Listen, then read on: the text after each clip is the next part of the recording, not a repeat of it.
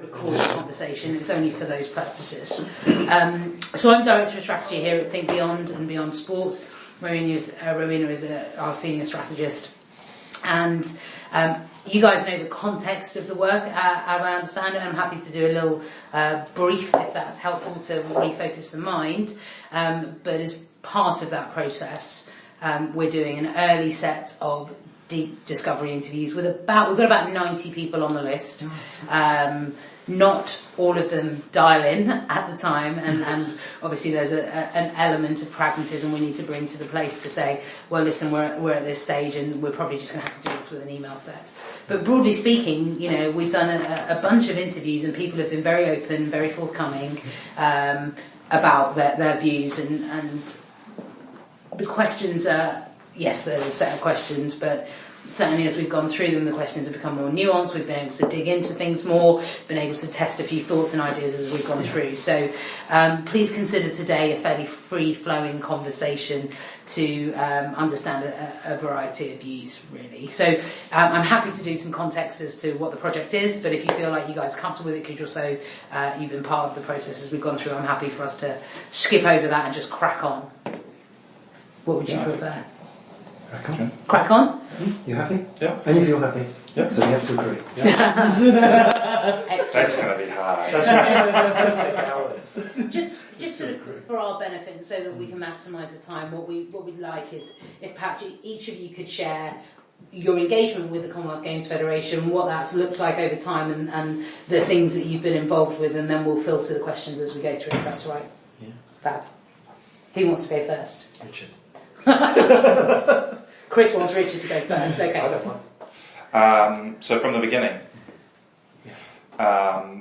So my first involvement with the Commonwealth Games Federation, the Commonwealth, was 98 Commonwealth Games in Kuala Lumpur. Mm-hmm. I was a manager for the New Zealand team.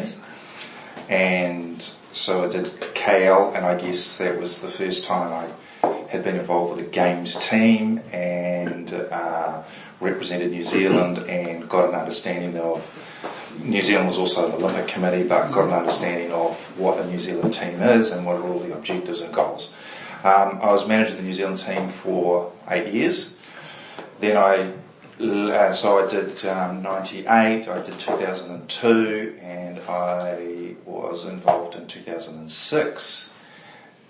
And I don't think I did a Commonwealth Youth Games as a team manager. I think it was, there was another Youth Games I went to, plus Olympic Games. So, and then I left there and became CEO of Sport New Zealand for 12 months, and the opportunity came up with the Commonwealth Games Federation. So my boss at the New Zealand Olympic Committee was Mike Hooper, and Mike left this Commonwealth Games, NZOC in 2000 to become the Chief Executive of Commonwealth Games Federation. And I saw Mike in 2008, and I was with the Canoe Federation, and he said we're looking at creating a job at the CGF in relation to CGA development, because CGA is a bit of a struggle and the CGF weren't doing anything in relation to CGAs. And so I joined the Commonwealth Games Federation in 2008 as the development manager for CGAs. Across the board? Yeah. 71. And I just set about trying to put in place programs for the development of CGAs. So taking the knowledge I have, starting with a blank piece of paper with New Zealand, it was the first time they'd employed a professional manager, and those 8 years of taking it from there to there, and then what are those learnings, and then how could we assist the CGAs with the management of their team. And that role kind of went through to, trouble started with Delhi, and I guess that was the catalyst. Coming out of Delhi, Tunku when did the PMP report happen? 2012. Yes, so straight up, But say, straight yeah, after down Delhi, we had the 11. elections. and then and 11. Tonku took over in 11. And that's when PMP, the strategy was announced at the first. And that's when they said we need a strategy for the CGF moving forward because we're in trouble, and Tonku commissioned that. And out of that report, you obviously have read it and seen the stuff about development. And so through a period of time, and then I got appointed. So my role, the title of my job just simply shifted to development director. Never really got a new job description or any discussion around what is that now changing your role to be as development director. But obviously the PMP report was the catalyst, and what kind of said in there was, hey, we've got to take a much wider approach to CGA development. Plus a change in the strategy associated with the funding, so the £5 million, which just simply was cut up 71 ways, and that changed that role. So anyway, so that's then became the development director, and then have embarked on, I guess, a program to try and figure out how do we get better utilisation of that £5 million, which was directed at CGAs, through to today. So 2018, so that's 20 years of Commonwealth Games Federation involvement. Excellent. I didn't even know that. It's good, See, this is why these questions are good. Ah, it's very good. So the role that you had in terms of the CGA development piece, when you were like CGA man, how does that then fit in with Andrew's current role in terms of CGA relationships? Was it more that you were doing the capacity building? I don't know. And he does the more support I don't with know it? exactly what Andrew's role is because it's only just come on board. Okay.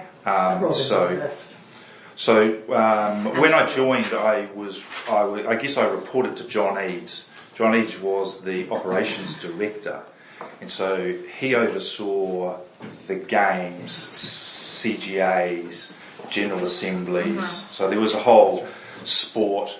So he had the whole spectrum of the CGF as the operations director, and he reported to Mike, and I reported to John. Fine. And then I guess John's role kind of evolved, and for Glasgow, or just after Glasgow, just before Glasgow, they said, look, we need a sports specialist. Matt Curtin came in, and John relinquished everything to do with sport. Right. So he was still games operations. I became development director. Was it before Glasgow? Yes. Yeah, was just before Glasgow. Glasgow. So I became development director, and I took on all of the CGA stuff that had kind of been under John's wing, but it became clearly under my wing because I then reported to Mike as a director. There was never, and I guess that's when there was a little bit of tension associated with that, and John kind of was still dealing with CGAs because of the games, because you've got the games rules, we need to let CGAs know. But at that point, I'd taken on the General Assemblies. I think you and I have done all the General Assemblies since then. So one of the big contact points with CGAs is the General Assembly planning.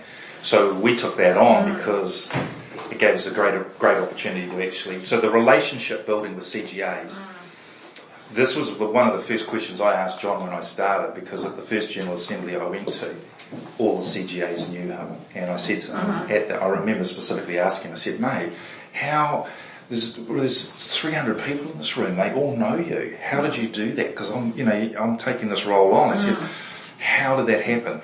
Well, he'd actually been there 6 years. And he said, I don't know, it just happens because I'm just dealing with them all the time. Yeah. And I guess I developed the program, but I still didn't have contact with a lot of CGAs. He had that contact because he did the General Assemblies as well. You have to have contact with this CGF when you're coming to a General Assembly because you've got to book your rooms, do your flights, da-da-da-da.